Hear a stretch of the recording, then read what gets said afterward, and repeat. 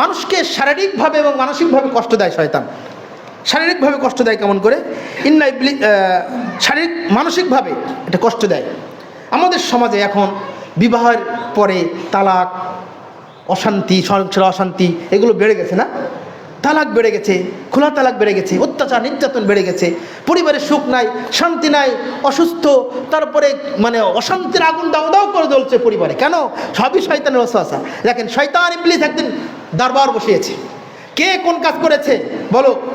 সবাই বিভিন্ন রকম কথা বলছে, আমি এই করেছি, সুদ খাওয়াইছি, এই করেছি, কিন্তু আপনারা এরা জানেন, কিন্তু কারণ সে সন্তুষ্ট হচ্ছে না। এক শয়তান এক চেলা বলছে যে আমি একজন স্বামী এবং স্ত্রীর মাঝে যতক্ষণ দ্বন্দ্ব বাঁধাতে না পারি ততক্ষণ আমি হাল ছাড়িনি।